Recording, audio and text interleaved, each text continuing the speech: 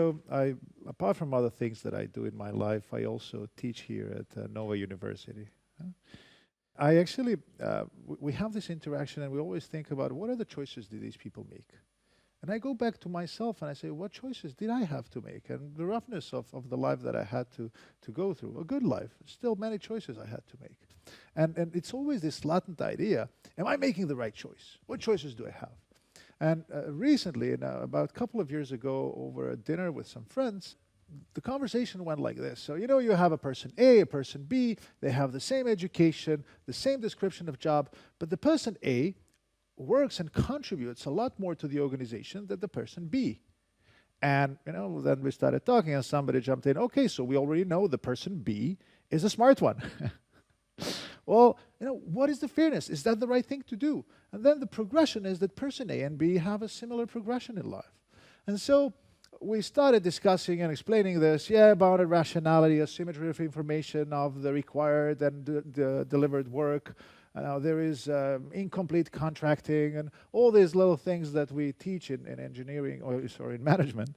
And but somehow we close this conversation with an idea that many things that we have in our world today are wrong. But, it's given. So you cannot do anything with given. You just take it and you just move forward. And somehow, it's always didn't feel right. It didn't feel right to me after that dinner. So what do I do? I have some ideas, but the first thing that we as researchers do, let's go out and talk to people. And so I spent the last 2 years talking with about 100 individuals. I didn't say interviewing, talking, because I wanted to deliberately take this topic to the table once we were having conversations.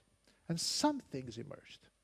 One of the very clear things that emerged is, it's okay to be unfair to be successful. Because that's how world is. And to me, I was like, but that doesn't seem right. And you see, you talk to these people. I have in front of me those individuals, those heads. And when you challenge them, is this really how you think things should be?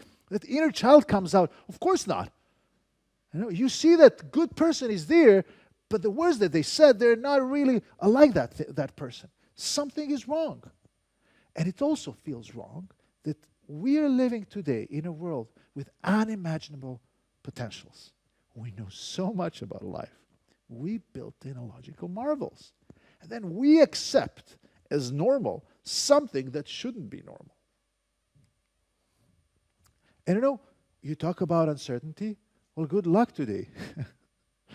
If you have to make choices, you have all these smart people that are flooding you with, hey, AI is to get you. You have to get ready. How on earth I'm going to get ready? I have no clue what I'm going to do today, let alone what's going to come up in 5 years, and it's so developing quickly. It's very hard to live in this world as it is today.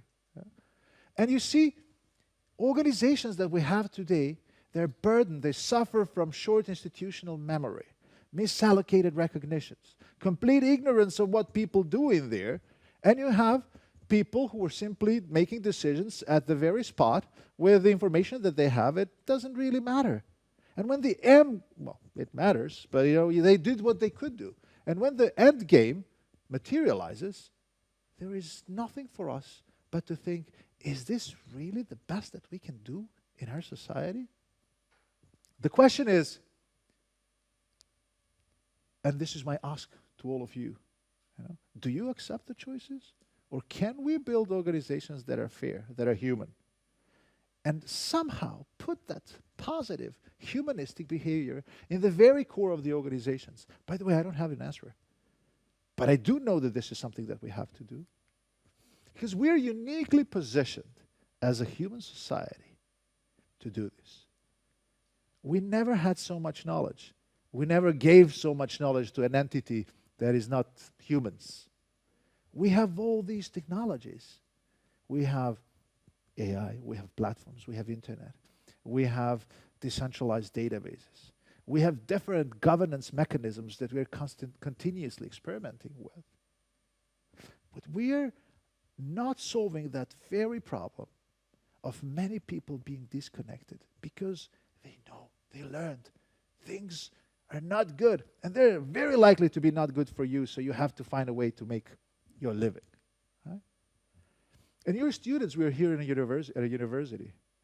My ask from you is, you're going to go out and you're going to do things. My ask from myself as well is, what is the meaning of an organization? And what is the meaning of our existence within these organizations? Let me start from the beginning. We've been given this planet Earth as a platform with certain functionalities, and we are there as a content, among other things, and we also create content. And by creating that content, we give meaning to our existence. And for different reasons, we ended up in this stage of our evolution that work is a huge part of our life. And we work for different reasons. Some because they're hungry. They got to eat something. Some work, they're not hungry, but hey, being hungry is close. You got to work. Some work because they simply like to work. Few of them. And even fewer because they want to imprint certain values, certain rules how the world should look like, an ideology or whatever. And you may also have a combination of these. And look at this.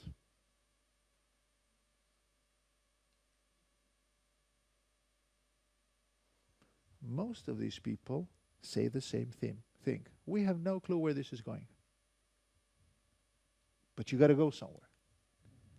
And when we think of choices, we got to think about all these things that we have socially constructed. This place where we are at, this university, it's a social construct. It's a structure that we have built that enables actions, but also constrains them. You have to go there because if you go there, it's your path to prosperity. You will know more. You will do better. And you can think of many other structures that are defining how we live. And then, as a student or as a person that wants to change whatever it is that they're doing, you got to make your choices. And your choices, it's a discrete set of choices. Good news is it's expanding. But any choice that you make, you're making a trade-off. So we are very much into this startup community. Go there. You're a Spartan. You can do it. Displace this. Change things. What you're actually doing is, look, you're trading off some security and decreased level of responsibility for higher level of control, for not of your time, but of yourself and your future and other people's future. You're also trading it for potentially extraordinary return on investment. Your chances, though, are slim. 1 in 5, 1 in 10, 1 in 25. It's very uncertain. It doesn't really matter. We are in it for the ride. The other option, which you have here, which is employment, is something that most of us humans take. And in that employment, you say, okay, I don't really want that responsibility. I want to have a life from X to Y. I want to have a good salary, to contribute, and all this sounds very nice. Security is actually, I don't even understand how is there security. Yeah, you go to a bank and they say, yeah, you have a permanent contract, but that permanent contract is only a letter, because tomorrow you're out of job. Yeah, things didn't go well, thank you. We have to cut down the force. It was really good to have you. And then you have those rebels. I'm not selling my soul to a boss that is, and you can complete the sentence given your experiences. And there is this, the freelancers reduce themselves to a transaction. There is no security. There is no extraordinary return on investment, but hey, I have control of my time. I like to live like that. And it's totally okay. You can choose what fits you. There is this other part, which is actually the first organization that we had, this cooperation, collaboratives.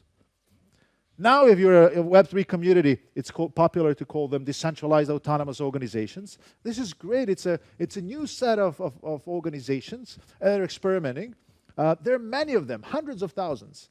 Their success rate is more like a statistical error for many different reasons, including our environment, but also human greed and detachment from the reality of how things work. But it's great that we have them. We have more choices.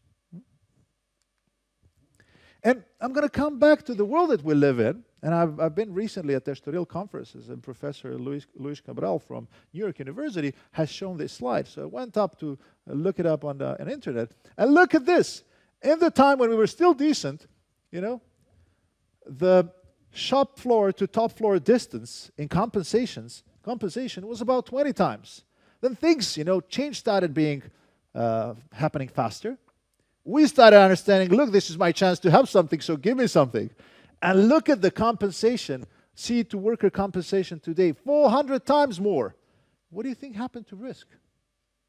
If a bank collapses, if airline organization just, goes out of business or goes to bankruptcy, those CEOs, they find their ways to get their reimbursement. Not necessarily those who are down here. Risk somehow seems to go down to the employees. So both the benefits and risk are cut out from this top class. So I'm not saying you should go there, although it might look really appealing.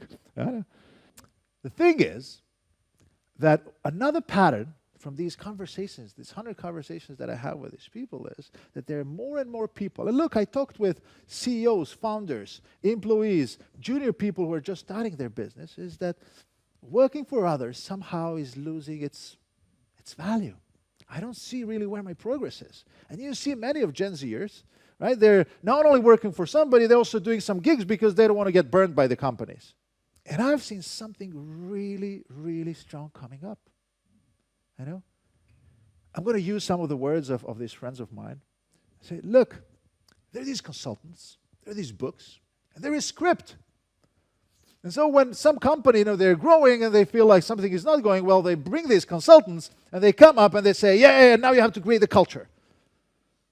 And one of the things that goes with the culture, now we are a family. And no similarities there, but this guy was bold. So I was so happy that I was bold, because every time somebody in a company that I go to work for tells me we're a family, every single hair on my body goes up. Boop. Red flag, something bad is happening. Look, my family, mother, father, wife, kids, how about doing business, Keep it there. And you would be surprised how many people see this. So this message of these coach, gurus of culture and whatever else, they're losing its ground. And one of the reasons why they're losing its ground is because, we know more. We have a longer memory. It's all on TikTok, Wikipedia, books, everywhere, those accounts of what happened to us. Those big techs firing that we recently witnessed, a couple of them were saying, look, I was there on a business trip, and I was fired while I was on a business trip selling these services. I didn't have my own credit card. I had to, borrow money to get back. Damn it, you could have done it a little bit better. Yesterday you told me we're a family, today you're firing me. How come? You're sanguinic or whatever? So many things that we know, and because we know, we don't trust organizations as much as we used to. That brings us to a position of disengagement, but also increases the uncertainty. Now, the very technologies that are bringing this displacement, bringing the uncertainty up, they're also a wonderful opportunity for us to rethink what is an organization. And it's an opportunity because many of the things that we have found to be problems could be potentially solved. We have extremely knowledgeable population, skilled communities. We have internet. We have reliable databases where things that we believe are important to be captured about our contributions to organizations can be captured.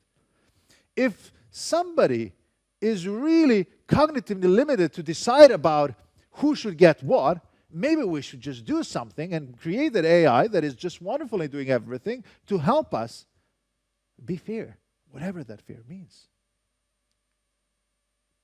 And it doesn't matter what you think and what you want.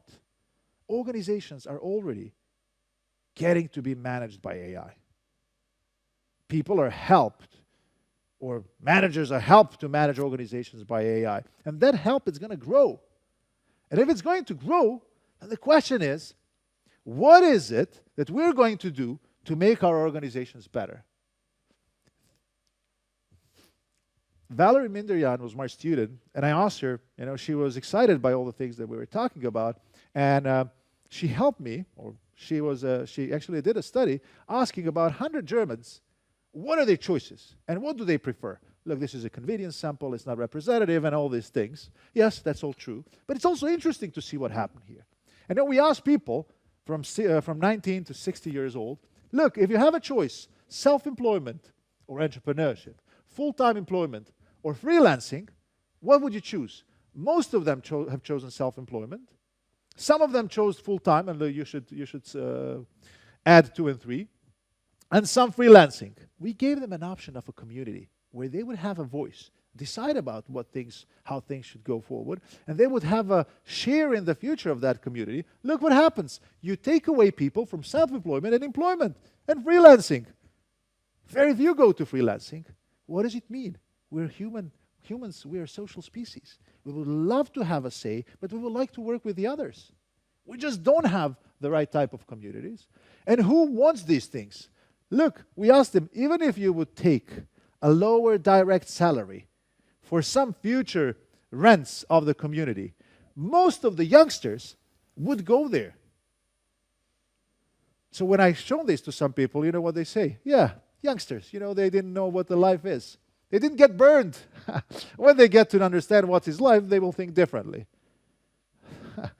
Do we really have to teach our kids how to get burned so that they understand the life? Something feels wrong there again.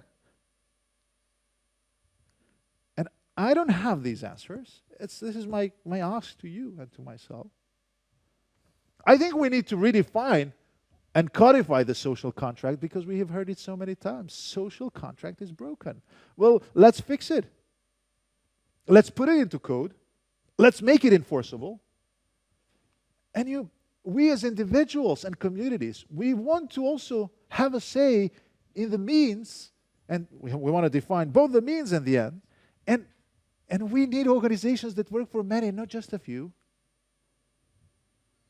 And we have to think, what does it mean to work for us?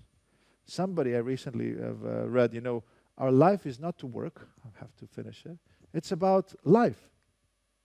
And despite the fact that we have failed so many times in this endeavor, it only means that we are yet to find that right chord, to hit it so that something works for the others. And that's what I'm asking you. Think about your organizations and think, how can you make it better? So that inner child of ours that still believes things can be fair, that actually meets the life that is fair. So thank you very much for this. Have a good one.